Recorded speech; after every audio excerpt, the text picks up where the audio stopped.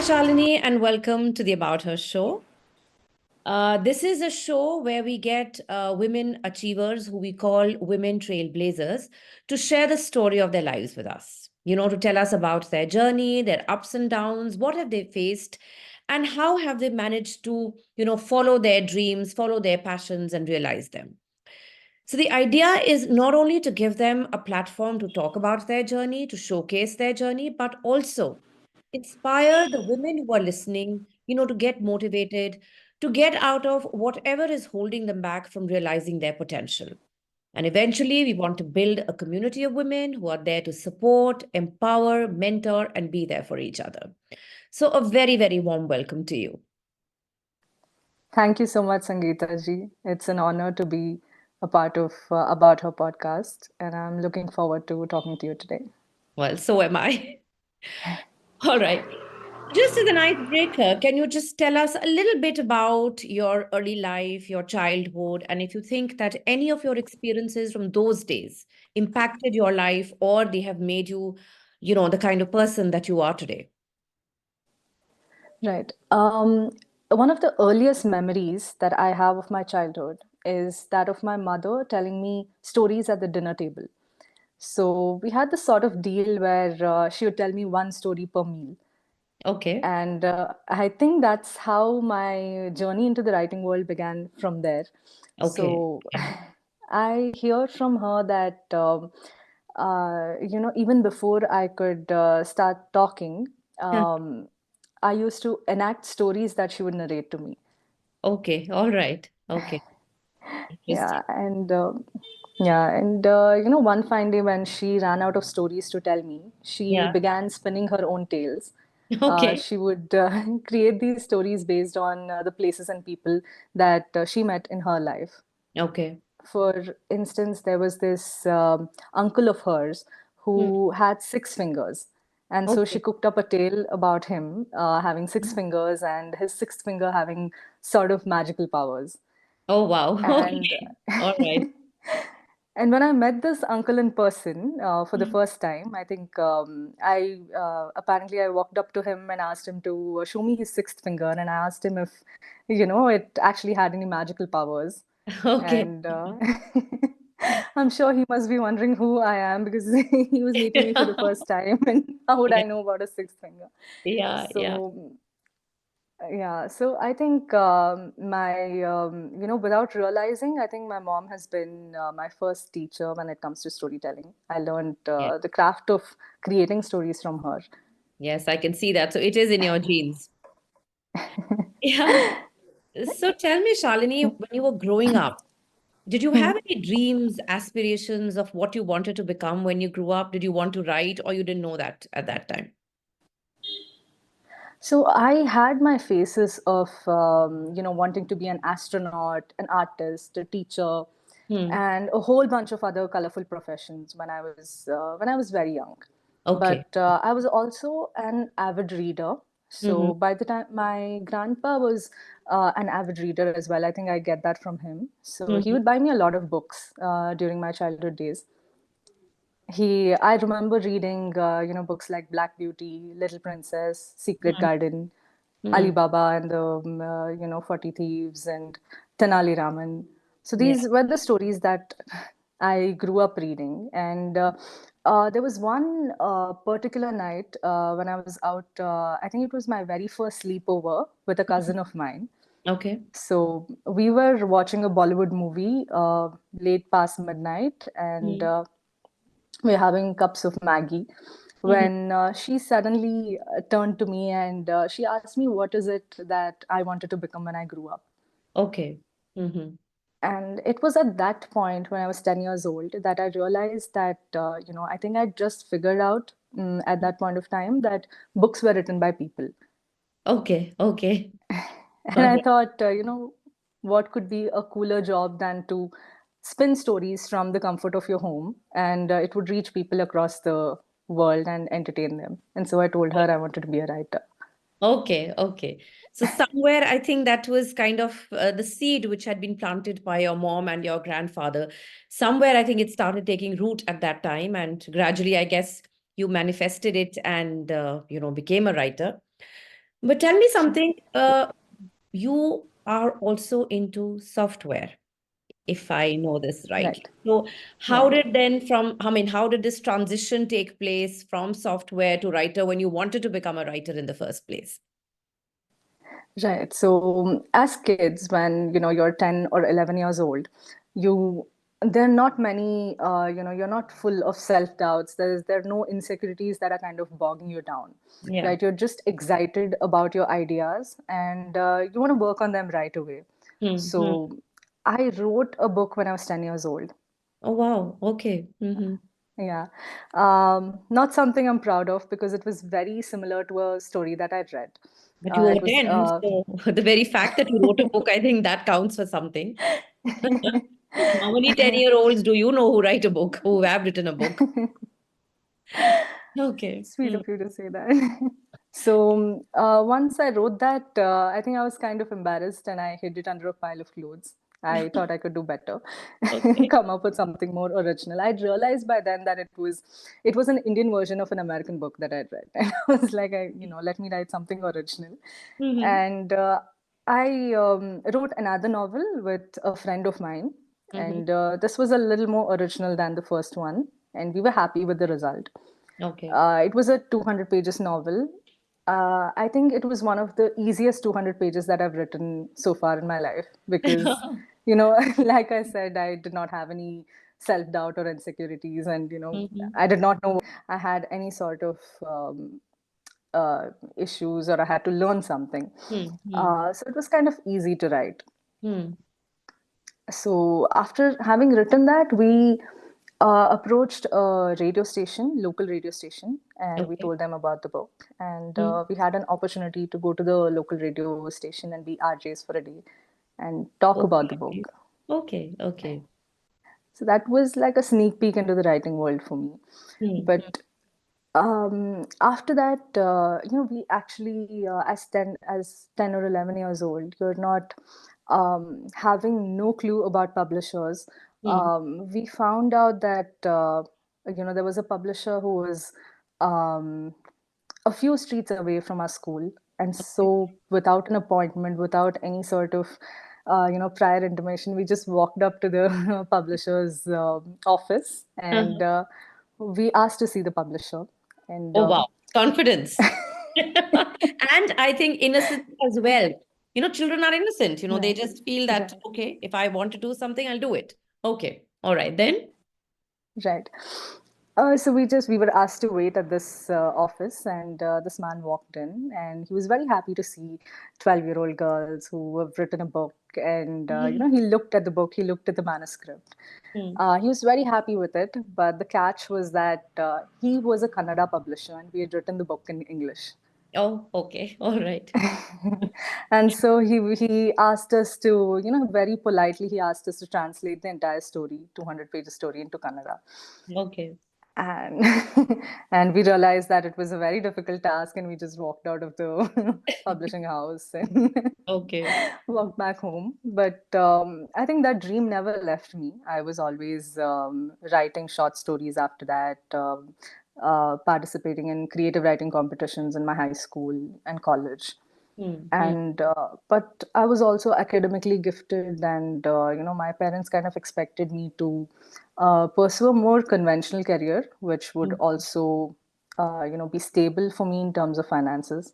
Yeah. Yeah. And as 16-year-olds, you don't actually to make life decisions at the age of 16 is very hard. So Of you course. just end up choosing something that everyone around you is doing. Hmm. Hmm. You make your decisions based on your peer group, and also based on what your parents kind of expect out of you.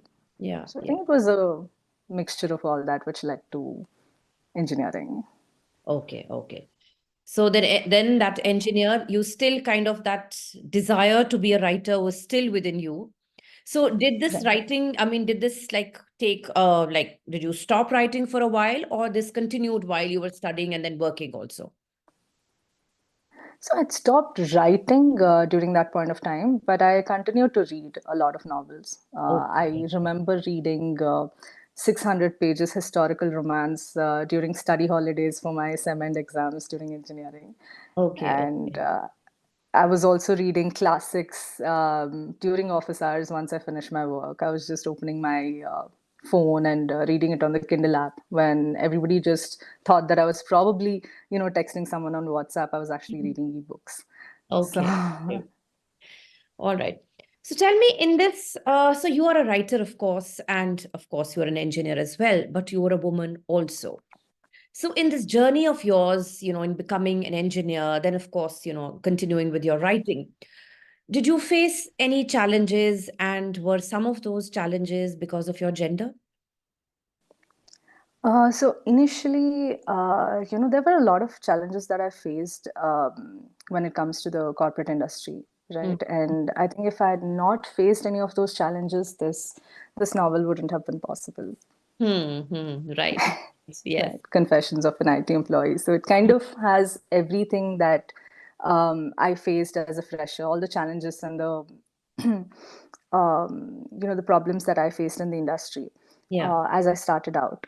Mm. Um, but having said that, I don't think they were because of my gender, at least at that point of time. Mm-hmm. Um, when you're moving out of your college life and into any sort of workplace, Yeah. not just Yeah. corporate, Mm-hmm. so expectations are completely different. Yeah. It's not a one-on-one ratio between performance and outcome anymore Yeah. that you had in your college, right? Where all you had to do was study well, and it didn't matter whether you were in your teacher's good books or not. At the end of the day, if you could study before your exams and you could perform well, you would end up getting good grades. Yeah. Yeah. But that's not the case when it comes to corporate or the workspace, Mm-hmm. right? Yes. Your There are- performance matters. Yes, but there are a host of other factors as well. So can you Right, elaborate right. some of them? If, I mean, just in brief, that what were some of the things that you faced? Right. So, one of the main factors is that, how you take initiative, how do you coordinate, how do you communicate with your team, what is your equation with your team, with your colleagues? Hmm. Um, how well do you know them? How are you in your boss's good books? Are you in your supervisors and your managers' good books? Do they know you, first of all? Because Yes, visibility matters. of course. So that was, these were some of the things that people don't realize when they're just moving out of their college life. Course, of course.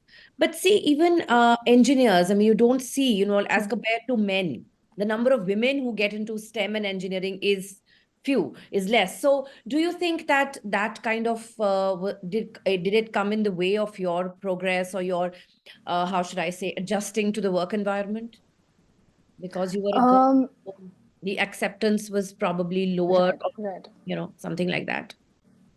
As a fresher, I did not face that because Okay. we were moving right out of college, and there were a bunch of people who were selected, and we went through placements at the same time and joined the company at the same time. So I think I always had that close knit group of friends who joined the same company. So Hmm. initially, I did not face that, Hmm. but there was something that I noticed in the industry, and Hmm. this doesn't happen often, and it's very subjective. Hmm. So when I was switching from one job to another, Hmm. and I was going through a whole bunch of interviews. Hmm. So there were a couple of interviews where I was asked if I was a married woman or if I was single, if Hmm. I was planning to have a family. Hmm. And these were questions that were asked during the selection process, during the salary negotiation process, which I thought was pretty unfair Yeah, of because course. yeah, Yeah, because these are not questions that they would ask men, right? definitely not. Definitely not. Yeah, yeah.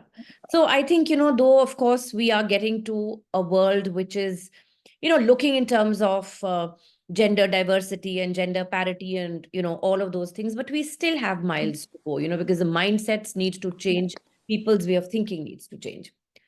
So right, coming right. back to your writing, quickly, 3 tips for anyone who wants to be a successful author. I would say content is queen. So Okay. write a compelling story, create a close knit, tight plot, and Mhm. create characters that people would remember after long after they've read the book.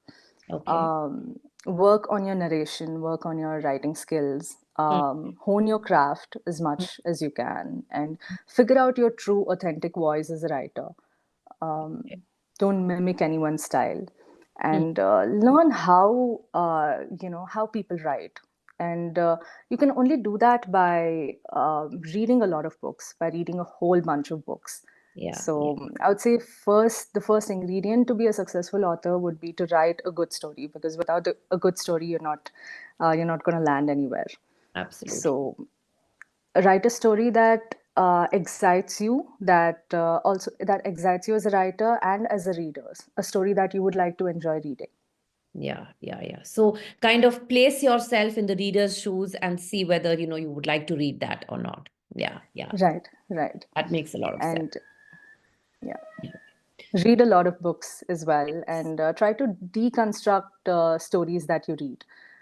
Figure out figure out the plot points and the twists and turns and all the peaks and troughs that that you see in other books, and figure out how the other writers are doing it, and why a certain scene works for you and why it doesn't as a reader. Yeah. Yeah. And once you do this, I think it kind of helps you hone your craft. Great. Great. And the third thing I would say is market your book, Yeah, that's essential. proactively, Hmm. shamelessly, and just incessantly market your book as much as possible. Talk about it. Hmm. Because unless you put your book out there, and I think this is a little embarrassing and harrowing for certain authors when we start off, because there's not something that you expect coming into the industry that you would be doing as an Hmm. author, right? You would just figure that you're going to write good books and people are going to read it. But in order for them to even pick up the story or be able to see the story, they would, I mean, see the book, they would have to, it has to be marketed well, and you would have to make it visible to them. So that is one of the most important Yes, factors. I think it's not a story that you've written for yourself. You've written it for the world. So unless and until people know about it, they're not going to buy, because if they don't know it exists, how are they going to buy it? All right. So tell me, as human beings, we all have our highs and lows, good days, bad days, and sometimes the bad days can really get to you. So do you have Right. any way of getting out of those kind of, bad, bleak situations? Anything that, just peps you up and makes you, get out of those dark moments? Right. So there are a whole bunch of activities that helps me cope when I'm having a bad day. Okay. Um, Good books, definitely. I would begin with reading good books, reading good fiction and non-fiction books. A good story will always cheer you up. Yes. Um, no matter what sort of genre it is, if it's a good story, it would refresh you. Yeah. And I do read a lot of motivational books as well, Yeah. non-fiction books that kind of act as little doses of motivation. So this is something that you have to take on a regular basis. Hmm. You could watch content that inspires you. You could read content that inspires you. You could travel to places. Um, you could hit the gym and exercise on a regular basis. So these are just tiny doses of motivation that you have to keep taking every now and then. Okay. So you think those help in kind of getting you out of those dark and dreary Dark days, so to months. say. All Right, right. right. Okay. So, of course, you're young and you're like kind of, out there in terms of your career and, of course, the two things that you do. So, you also see that there are a number of women, several women, in fact, who are doing very well for themselves in their chosen professions, in their chosen fields. How do you think the world reacts to such women? And when I say the world, I mean both men and women. How do people react? I mean, are successful women Right. treated the same way as men, or is there still a little bit of difference? Yes, I think I'm too early in my career to, No, it's answer just an that question, but observation around you. It yes. may not relate to Huh. you, but Right, in right. around you. Yeah. I don't see it to be, I would hope that, people receive both men and women with open arms, successful women with open arms, as they do for men. Hmm. Um, I'm not aware of cases where, there's a prejudice against women being more successful, um, uh, as compared to men in the same field. Okay. So you think that we have, as a society, evolved where we've come to accept both successful men and women at par? Yes? Yes, Okay. yes, That's to wonderful. an extent. Yeah. Okay. So, of course, like I said, you're young and out there and getting there. So, any tips that you would like to share with young girls, who are just on the verge of their personal and professional lives, maybe, 18 or 19-year-olds and still trying to figure out as to what they want to do with their lives? So, what are Right. some of the things that you would like them to keep in mind? Right. So, firstly, I would say figure out, what you're curious about Mm. and research based on that. Just Okay. chase your curiosity, figure out your passion, your purpose in life. Because Mm. the moment I think that's the first step to becoming successful in any field, is to Mm. figure out what it is that you want to do, what gets you excited, um, what is your ikigai, what gets you out of bed every morning to just live your day and gets you excited about the day. Okay. Right. So figure out your passion, your purpose, what it is that you like, Mm. and also remember what you bring to the table. So the moment you kind of take some time to evaluate yourself, figure out what are your strengths, Mm. what is what kind of person you are, and what is it that you like in your life, and set strong boundaries as to how you want to be treated going further into your as you grow up, whether it's professionally or personally. Yeah. Figure out how you want to be treated and what it is that you bring to the table, so that you don't accept something that's not good for you. Great. That's actually very well said, because these boundaries, and so knowing what you bring to the table, it means that, it basically implies that you have to be confident about your abilities, about what you bring, and, be bold. And it's not that you get, influenced by what people around you are telling you, but you should be sure of what you're doing. Because if you know what you're worth, the world will treat you accordingly. Yeah. So very well said out there. Absolutely. So tell me, there is something which I don't know whether have observed or not, but this is happening a lot nowadays, where people who once, they get into their 40s and, early 40s, late 40s, or even 50s for that matter, they start looking at other careers, other things to do, rather than what they had studied to, like say a doctor wanting to write or an engineer Right. wanting to paint. I mean, something which is Right. diametrically opposite, to what they'd been doing Hmm. all these years. So from Hmm. you, I mean, a young girl, what is your perspective on this? Why do you think this is happening, and is it good or bad?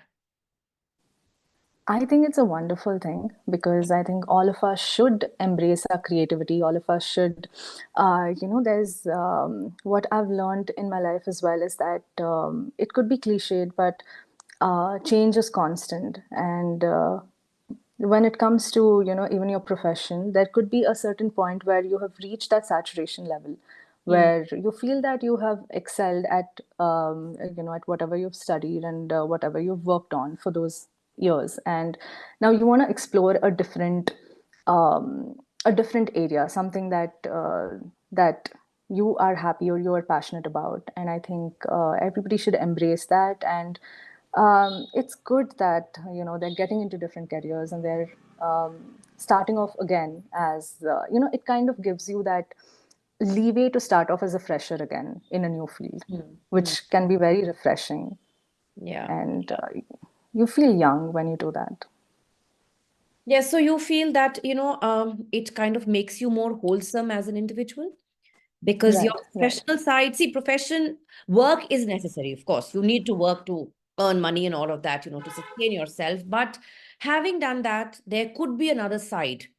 Even if it is taking up social work, there is some part of you Mhm. which needs to be addressed, which needs to be taken care of. And so you think when you do this, you're making yourself into a more wholesome a more wholesome personality, which And if you, I don't know, again, if you are aware that, there were times when people would not even dream of doing this.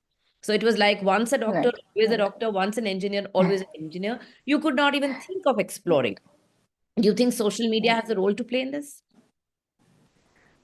Definitely, social media, and also I think financial stability. Once you kind of become financially stable in your career, you get the chance to explore more. And of Mhm. course, social media, because you're seeing other people doing it, Yeah, and when you see someone else doing it, you get inspired to, absolutely. why not try the same?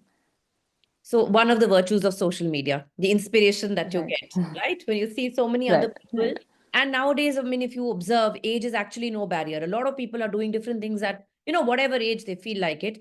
And yeah, you're right. true. Social media is playing a very, very critical role in this. So any life lessons that you would like to share with us? I mean, sometimes life has this way of teaching us, just maybe just a nudge here and a push there, which teaches you a big lesson. So, is there anything that Right. you've experienced which you would like to share with us? Right. I think one of the most, some of the life lessons that I've learned growing up so far are that, like I said, at the cost of sounding cliched, I would say that, change is constant, especially when it comes to your beliefs. So, Hmm. what I learned is that your beliefs could shatter and make way for new beliefs depending on your experiences, Yes. which doesn't mean that your current beliefs are right or that your old beliefs were wrong. Hmm. It was true for you at that point of time, depending on your environment, your surroundings, people you interacted with, Yeah. and the kind of beliefs that you had about yourself. Right. So Okay. that formed your belief system, that formed your that forms your core values. But as you evolve as a person in life, and as you move ahead in life, your beliefs could shatter, and it could be replaced by new beliefs. So, and some of those beliefs, when they are getting diminished, it could be a very painful experience to digest. Yeah. Yeah. So you feel that change is constant. So if anything is Change is changing constant. in what you believed all your life or till a certain point, if it changes, it's okay, because that's Right, probably right, part of the growth and evolution that you are undergoing, and it's okay to right, experience a change in those beliefs. All right. So Shalini, most people, but I would say women more than men still have to mhm, juggle a lot of different roles. You have to wear multiple hats. Now, right, I'm not right, saying whether that's good or bad, but somehow, it mhm, comes like that, okay, and especially, and if you're taking on two things to do, like, you are an engineer and you're an author, and then you're a daughter, then you are a friend, and maybe, later in life, you will have other roles and responsibilities. So how should right, one juggle the different roles? Because, in one day, you may have 10 things to do and you may not have enough time to do right, these 10 right. things. So how should one kind of juggle these different roles or the different balls? Right. I think, segregate your life in terms of, what you want out of everything, every role that you're playing. Okay. And sort of, what I do is evaluate my life in terms of the areas that I focus on.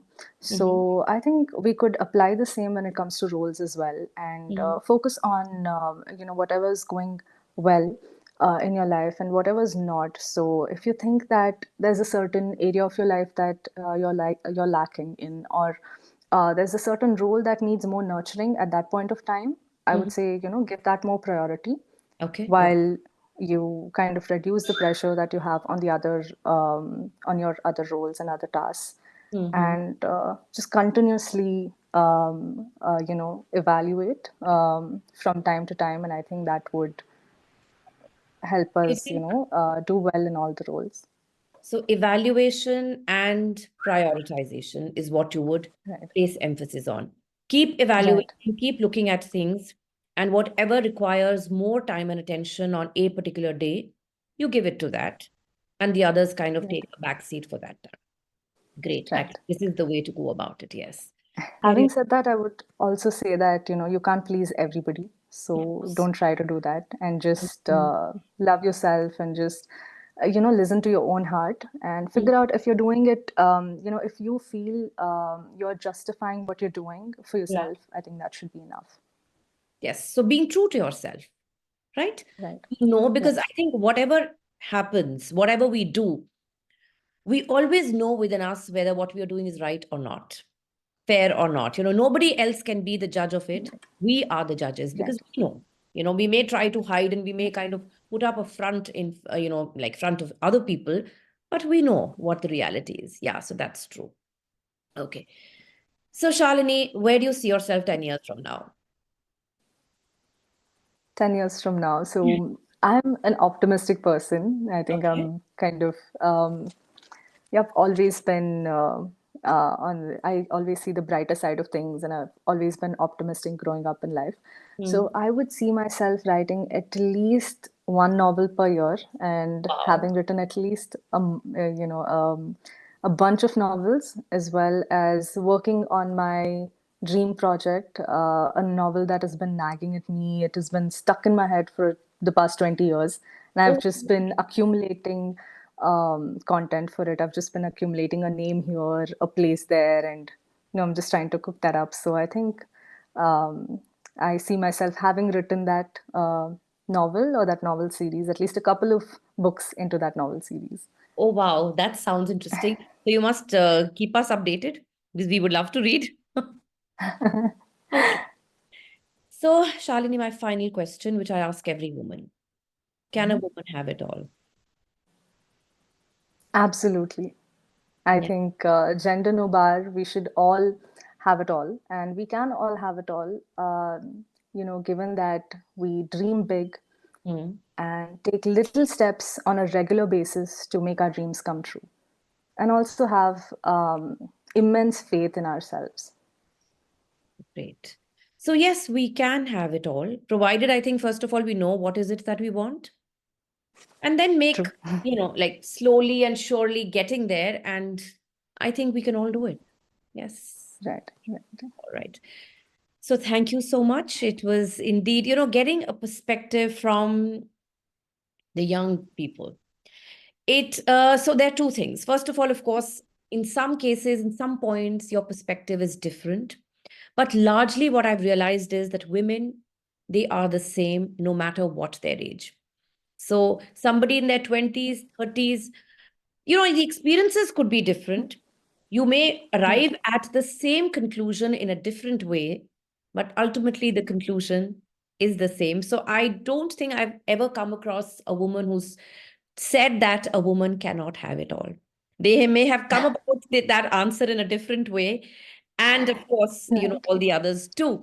But it's good to know that, and an extremely delightful conversation with you. Thank you so much for being on the show. And yes, you must keep us updated on all your books. I love to read, so I would definitely like to read all your books. Yeah, Absolutely. Thank you so much for having me on the show as well. It was an amazing conversation with you. I had a lot of fun. same here. All right.